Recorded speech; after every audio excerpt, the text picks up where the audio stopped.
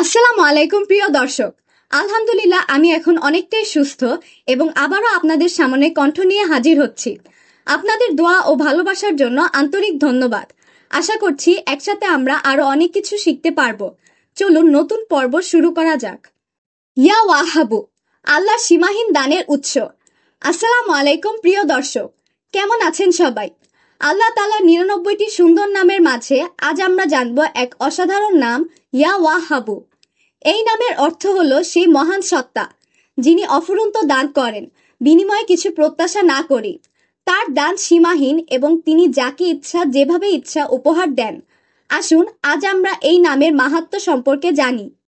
ওয়াহাব শব্দটি এসেছে আরবি হিবা থেকে, যার অর্থ দান বা উপহার।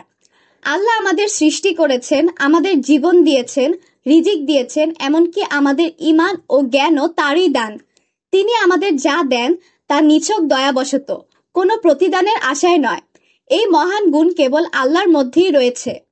আল্লাহ তাআলা কোরআনে বিভিন্ন স্থানে তার ওয়াহাব নামের উল্লেখ করেছেন, যেমন, হে আমাদের রব, আমাদের অন্তরকে সত্য থেকে বিচ্যুত করো না এবং তোমার পক্ষ থেকে আমাদের জন্য রহমত দান করো, নিশ্চয়ই তুমি হচ্ছ ওয়াহাব। সূরা আলে ইমরান আয়াত ৮। এখানে আমরা দেখতে পাই আল্লাহর রহমতই তার সবচেয়ে বড় দান।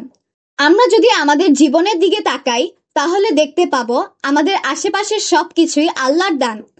তিনি আমাদের জন্য জীবন ও মৃত্যু নির্ধারণ করেছেন, আমাদের রিজিকের ব্যবস্থা করেছেন, কখনো প্রচুর পরিমাণে, আবার কখনো পরীক্ষা স্বরূপ কম করে দিয়েছেন।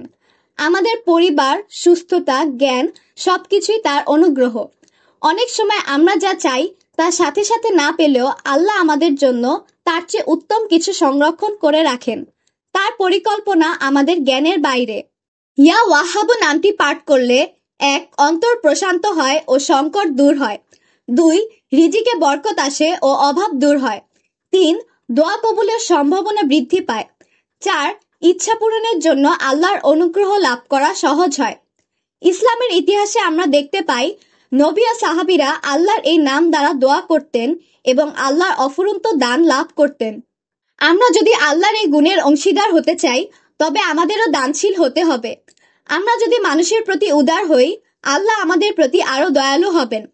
দান সৎকা করা, ক্ষমাশীল হওয়া ও নিঃস্বার্থভাবে মানুষের উপকার করা, এ সব কাজ আমাদের জীবনে বরকত নিয়ে আসে।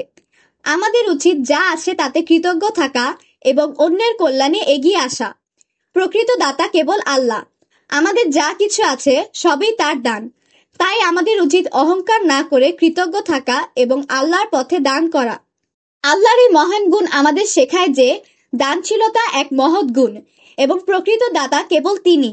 তাই আসুন আমরা দানশীলতা ও কৃতজ্ঞতার চর্চা করি এবং আল্লাহর রহমতের প্রত্যাশায় থাকি। আজ এখানেই শেষ। আল্লাহ হাফেজ। আসসালামু আলাইকুম।